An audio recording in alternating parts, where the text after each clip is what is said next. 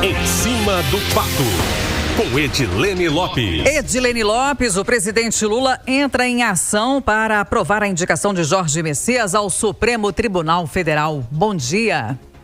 Bom dia a todos. Sim, a expectativa é que o presidente Lula se reúna com o presidente do Congresso Nacional, Davi Alcolumbre, ainda nesta semana para tratar de vários temas, mas principalmente da indicação de Jorge Messias, o advogado-geral da União, para a vaga no Supremo Tribunal Federal. Conforme nós estamos noticiando, o presidente Lula não enviou a mensagem ao Congresso Nacional que seria necessária para que iniciasse a tramitação e fosse realizada a sabatina. E o presidente do Congresso marcou a sabatina para o dia 10 e promete se manter firme nessa proposta, lendo o que foi publicado no Diário Oficial da União, ao invés de ler a mensagem, já que ela não existe, e dando início ao processo. Esse tempo mais curto é prejudicial para Jorge Messias, que ainda faz o seu beijamão, visita senador por senador, negociando a sua aprovação na CCJ e também no plenário do Congresso Nacional. O presidente Lula quer ganhar tempo para que ele possa fazer esse trabalho. E nesse embate, já que Davi Alcolumbre gostaria da indicação de Rodrigo Pacheco e não de Jorge Messias,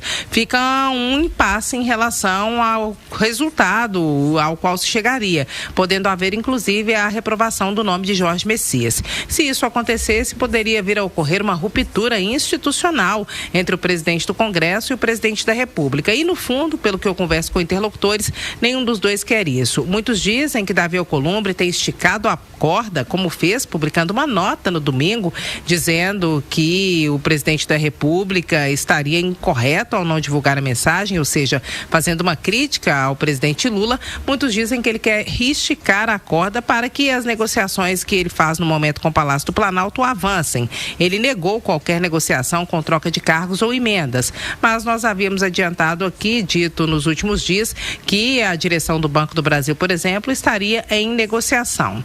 Fato é que eles podem se reunir, e isso pode ocorrer ainda nesta semana, e vão tratar não apenas da indicação de Davi Alcolumbre, mas de projetos que são prioritários para o Palácio do Planalto, como o antifacção, que passou pela Câmara dos Deputados e agora está no Senado, e também sobre projetos como a PEC da Segurança Pública e até a LDO, que é a Lei de Diretrizes Orçamentárias, que precisa ser aprovada ainda neste ano. Então, o mais provável é que esse encontro ocorra nos próximos dias e que Lula não terceirize mais essa interlocução com o presidente do Congresso e resolva pessoalmente as questões que hoje estão pendentes e que configuram uma crise entre os poderes no Brasil. Muitos dizem, inclusive, alguns próximos a Davi Alcolumbre, que não estaria descartada a possibilidade de uma chapa para 2026 que teria Lula na cabeça e Davi Alcolumbre como vice. Alguns que são próximos do senador afirmam que esse poderia ser um desejo dele, inclusive. Não que essa negociação vá culminar nisso, mas essa informação é uma informação que de fato existe e é citada por alguns aliados de Davi Alcolumbre. Edilene, os aliados de Jair Bolsonaro não desistem do projeto de anistia aos envolvidos nos ataques contra a democracia. Sim, a oposição, ou seja, a base do ex-presidente Jair Bolsonaro, vai insistir para que a anistia seja pautada nesta terça-feira. E agora não mais uma anistia ampla, geral e restrita, porque essa tem pouquíssimas chances de passar na Câmara dos Deputados e menos chances ainda no Senado Federal. Há uma costura para que haja um texto que coloque na rua de cara, de imediato, aqueles presos do 8 de janeiro. Como é que seria essa proposta? Seria uma proposta que reduziria a pena por crimes que são considerados inconstitucionais, como golpe de Estado e atentado violento à democracia, e anistia total em relação a outros crimes. Há, inclusive, uma emenda do deputado estadual Domingos Sávio, que é o presidente do Partido Liberal em Minas Gerais, que prevê que não possa haver acusação para dois crimes, como, por exemplo, golpe de Estado e atentado violento à democracia, porque eles têm o mesmo objeto. Então, haveria que se considerar apenas um. A progressão de pena, ou seja, a saída do regime fechado, é após o cumprimento de um quarto da pena na prisão.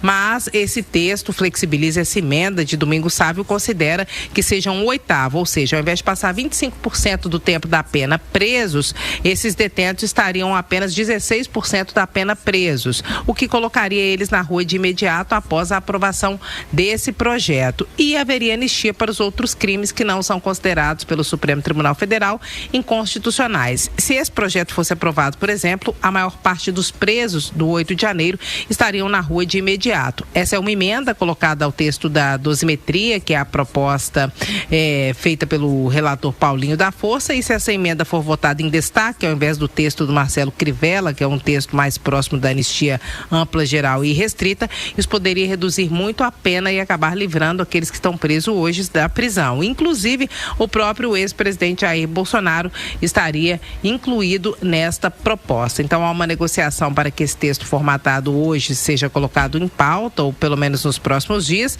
Haveria uma tentativa de acordo para que ele passasse também no Senado Federal e, caso fosse vetado pelo presidente Lula, o trabalho, a articulação da oposição é para derrubada desse veto. Então, é uma semana decisiva. Se a oposição, que é a base de Bolsonaro, não conseguir passar esse projeto na Câmara e no Senado, eles partem aí sim para a mobilização de rua com adesão dos deputados e para um constrangimento público dos presidentes das casas do Congresso Nacional, Davi Alcolumbre, principalmente da Câmara dos Deputados, Hugo Mota, que a oposição afirma que tinha um acordo com eles e que esse acordo de pautar o projeto não tem sido cumprido.